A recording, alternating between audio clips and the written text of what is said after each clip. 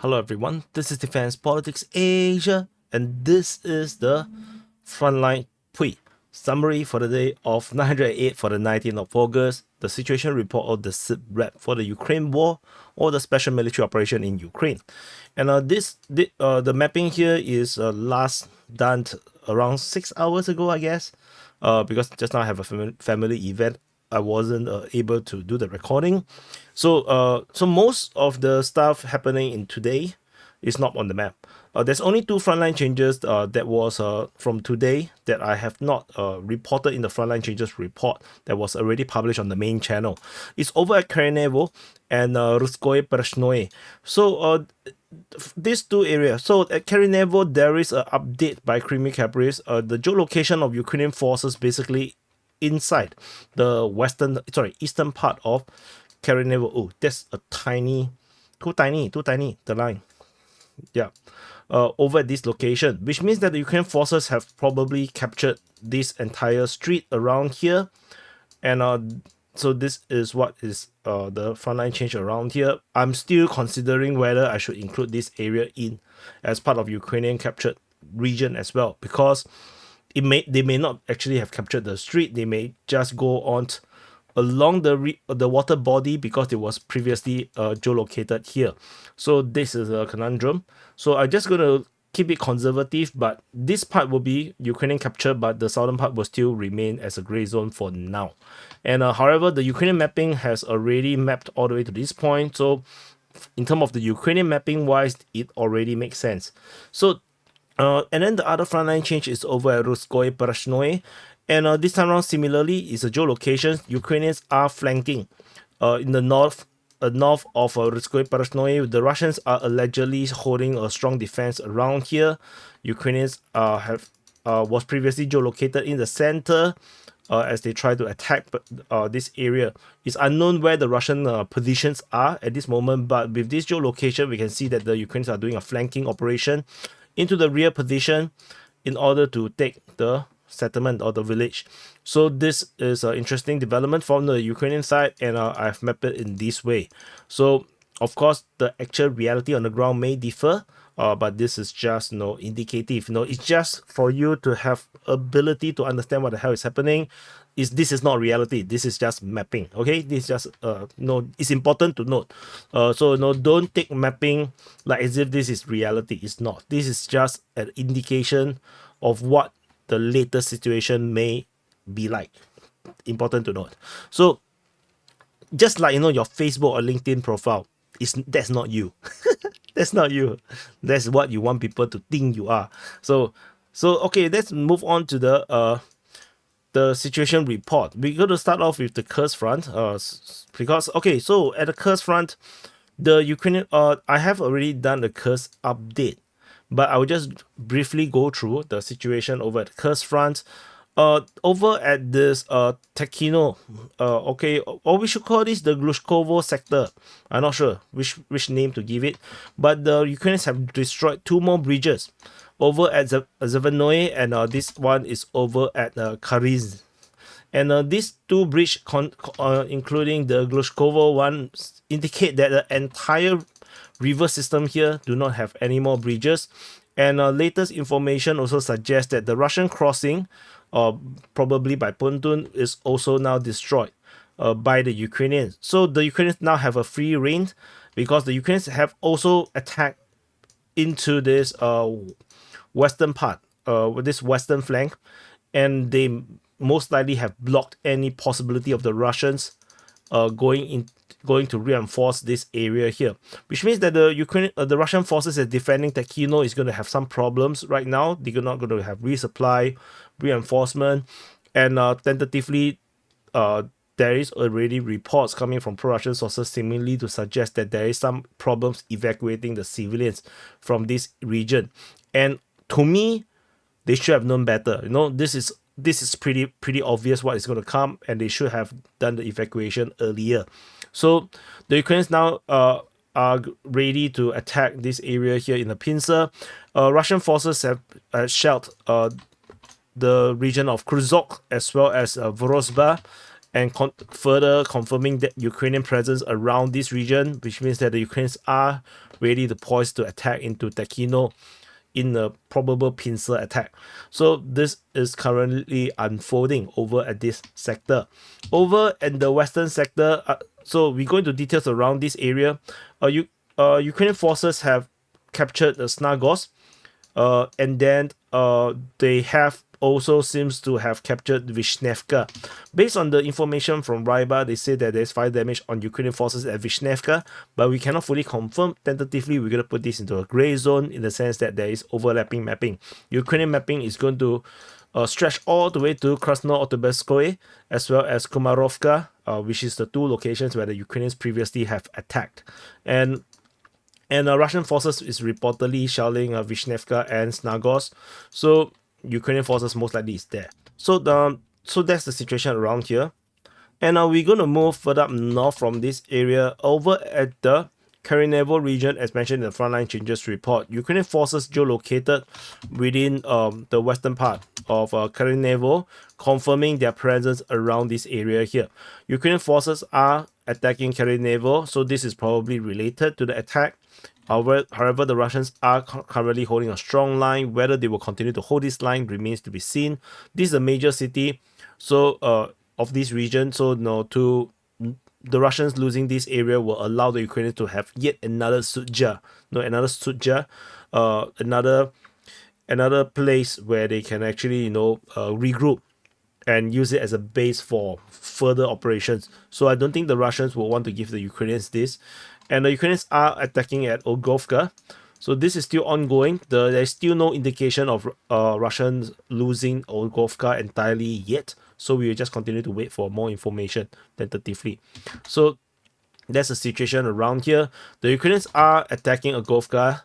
The Russians are also counter-attacking them. So there is some clashes around here. So we just kind of have to wait for the more information to come. In the northern flank, Ukrainian forces now gave up on Kauchuk region. They are attacking Shtepkovka, Skrilevka, as well as Stefanovka. So this is currently the attack. Previously, they were attacking over at Kauchuk and Alexievsky. Now they are pushing on this side. However, it remains largely the same area that they are fighting. So the line here must be pretty rigid right now. At this moment, the Ukrainians should find new ways of attack or flanking, and they should not just continue to clash against the wall. And if they think that they have superior one-to-one strength, that's just playing to the strength of the Russians ultimately. So anyway, we shall see how this develops around here. Over at this eastern flank, which is not very east, the Ukrainians are attacking Ruskoye Parashnoye. They are attacking Cherkasskoye Parashnoye as well.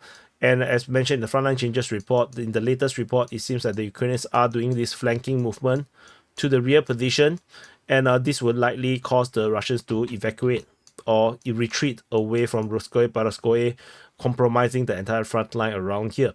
So since the Ukrainians are already this far up north and this far back to the rear position, I don't think the Russians can hold the Ruskoye Parashnoye much longer. I think they're going to lose the position unless there is a counter-attack coming.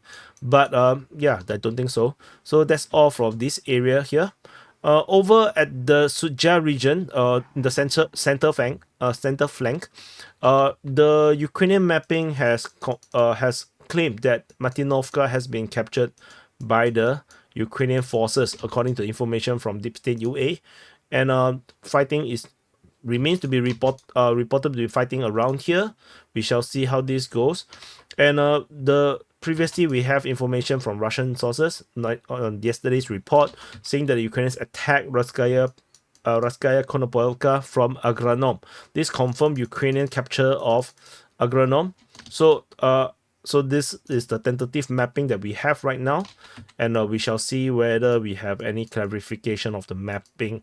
But tentatively, Agronom has fallen to the Ukrainians. So the Russians are holding positions around Raskaya Konopelka, and the Ukrainians are still pushing. So very pushkarnoy. Well, bad joke. Okay, we move on. Over at the southern flank, there is no fighting being reported in the southern flank.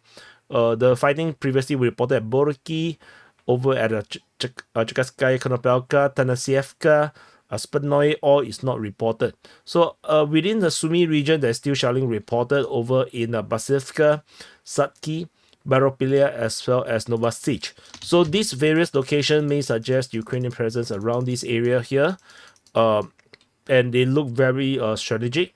It looks like they are all supporting different operations, and so Russians shelled these different locations. So that's all from the KURSK front. So we move into the Kharkiv front. At the Kharkiv front, we have fighting reported at Lipsy, Staritsia, and Voschan. And there's also a report of attack over in Vokrymivka, according to the Russian Defense Ministry. I'm not sure if that was going to be an incursion or that's just some shelling report. So nothing very significant up over in this area. Over in the Voschansk region, there is a geolocation of Russian airstrike on the Ukrainian forces in the high-rise zone again. So we shall wait and see. We haven't seen geolocation of airstrike in the Voschansk for some time already, so that is something new. We move away from the Kharkiv front over in the Kupiansk front. At the Kupiansk front at the Sinkivka sector, Russian forces are attacking, but not much around there. Over the Pischany region, I could even call this the Pischany front if I really want to, but in the Pischany region, the Russian forces are attacking towards Khrushchevka and Kryklakivka, and there's fighting reported from Novoselivka in the direction of Lozova, and there is fighting reported at Stemakivka. And in a way, we can actually just call this entire area the Pischany front, because Pischany seems to be that vital settlement that defines this front line around here. I think it will make things a bit simpler in terms of reporting. So Pischany all the way to Stemakivka region, I think we can call this the Pischany front from now on. The further up northern part north of this region here, maybe after Tabaivka, further up north, I think we can call it the Kupiansk front for now, and we shall see. Because the main reason is not this is an official front, but it's more like for reporting purposes, for discussion purposes, it's easier for us to understand each other. So otherwise, just to clarify, this entire front line here, this is the Oskil front. So because of the river over here, this river is the Oskil river. So these are the Oskil fronts, and I just break them up now into the Kupiansk front, Pischany front, Sviatove front, and then Kremina front. So that's all. So over in the Sviatove front, we have fighting reported over at Andriivka towards Novosahiyevka as well as Novoyehorivka. So this front was pretty quiet. It's come and goes, but it's starting to get a bit more noisier a bit. But given the history of the Russian presence around here, I don't really trust that they will go into some kind of attack. In the northern part of the Kremina front, Russian forces are attacking towards Kharkivka, Makievka, and Nevsky. Nothing particularly special about this as well. Over in the southern part of the Kremina front, there is fighting reported at Torske, and there's some reports of fighting towards Krychorivka or in the region of Krychorivka. And that's about it. Over at this Siversk front, Russian forces continue their Siversk offensive with fighting reported at Verkhomovkanyamsky, Sperne, and Ivano-Darivka. We still do not have any updates as far as I can I recall. Let me check. I spell wrong. I just want to check Deep State UA's mapping. So they still have not acknowledged. You see, they still have not acknowledged in Ivano-Darivka. They simply just draw it as a gray zone all the way, and this is disturbing. For us, this is already firm captured by Russian forces. But like I say, this is why I say I don't like gray zones that much. Although I understand there's usually a no man's land, but you can't possibly have this big piece of no man's land. Like, it feels like hope. They just want to like minimize the losses, until they cannot hold back the truth. anymore. The kind of situation. Over at the Bakhmut front, there is fighting reported only in the Chasivya direction, Ivaniske and Andrievka. But generally these are skirmishes, and we have no more updates about this push from Zaliniansky. So we'll have to wait and see whether there's any more updates, since the update was pretty new. It was only 2 days ago. So let's see. Over at the New York front, we have no major updates because we have the major intel drop, and since then, of course, we have to wait again because these guys, these sources are not willing to give us everything.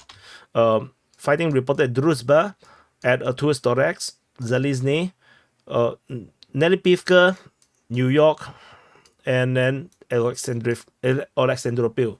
So there's, generally speaking, there is still major fighting around this entire front line, and there is still unresolved issues over at Alexandropil. So we just have to wait.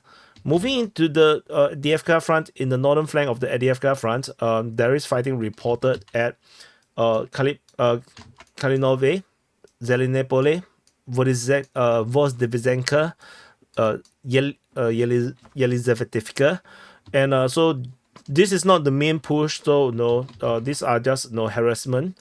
Over at this, and there's also fighting reported in the direction towards Myrolubivka. The map is getting a bit too long. It's just a sign of the times. Yeah. So this is the northern front, but this push around here, this might be serious. Like, because they want to cut off reinforcement or resupply or communications. So this push may be happening. This area here, I don't think they will push. This northern part, I don't think they're going to push up anymore. They invalidated my analysis. So, I have to suck my thumb. And I have to, eat the humble pie. Okay, so, over at this Pokrovsk sector.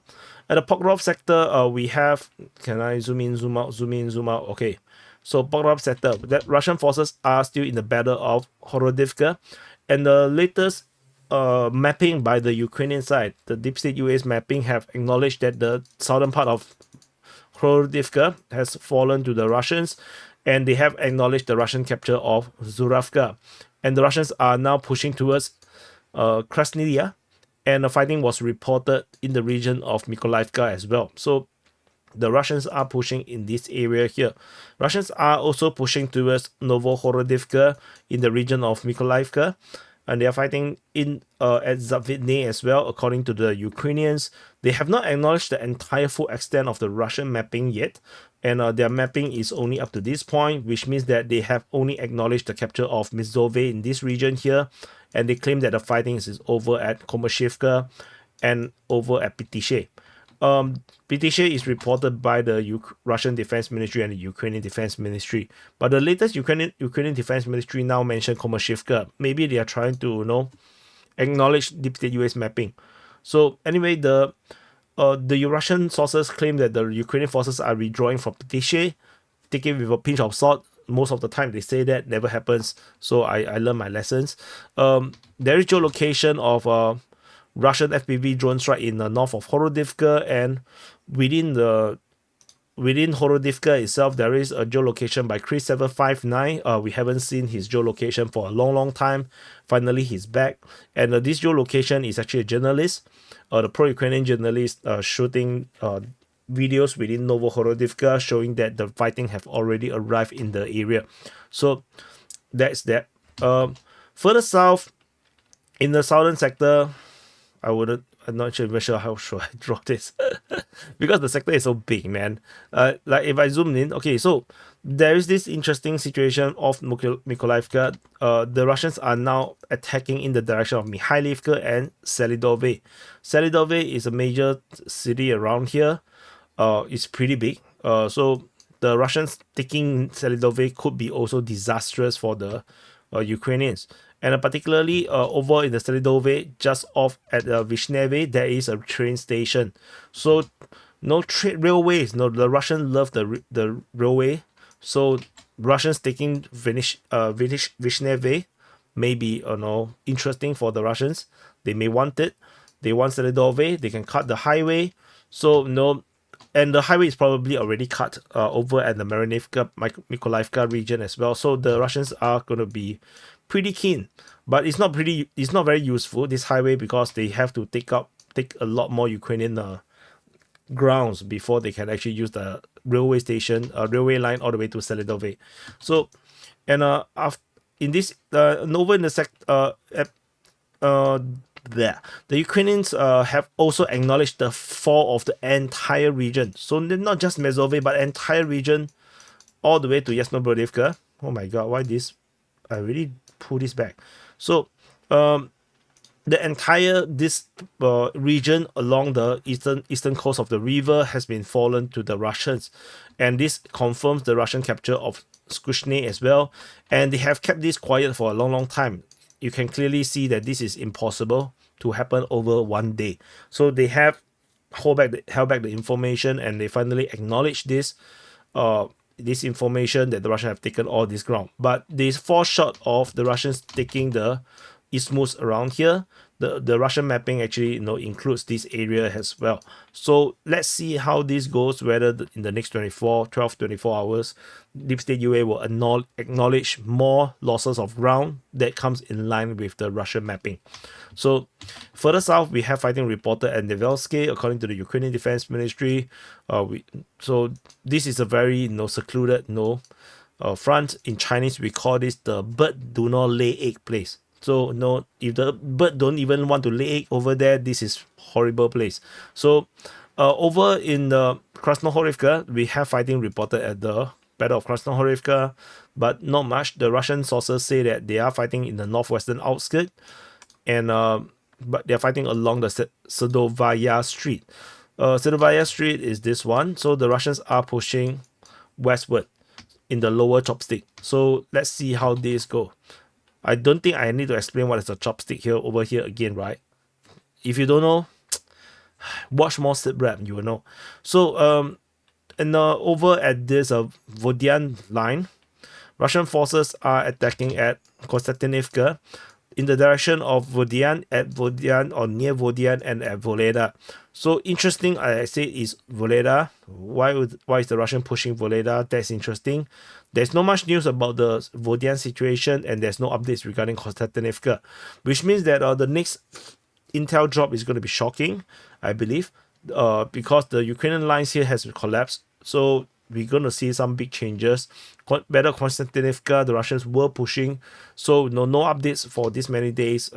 Yeah, it does feels a bit concerning. Over at this Prashestivka region, there is fighting reported here. According to Russian Defense Ministry, it could be just some shelling or fire attack, which could be referring to this helicopter missile strike. This guided missile strike hit Prashestivka, so one of the building got destroyed. Russians allegedly is attacking Makarivka as well. So we haven't seen fighting in the Velika Novosilka sector for some time. So this is the first attack since the 6th of August, which has been 2 weeks. So let's see how this goes. We go into the Zaporizhia front. At the Zaporizhia front, we only have 2 updates. Fighting reported at Novodanilivka and Kayamsky. So the Zaporizhia offensive that I was anticipating did not happen. So yeah, so it is what it is. And over at the Kherson front, we have only shelling report over at Tiahinka, and that's all. We do not have the usual about the fighting over at the Pridniprovsk region. So that's it. Yay! So and for those that are wondering about drone strikes and missile strikes, on both sides, I don't report on them because they are useless. Because we can never correlate those attacks with whatever happened on the front line. So yeah, the oil refinery burns in Russia, so it doesn't do anything. So it is what it is. So thank you for watching. Do press the like button, subscribe. I'll see you guys in the next update.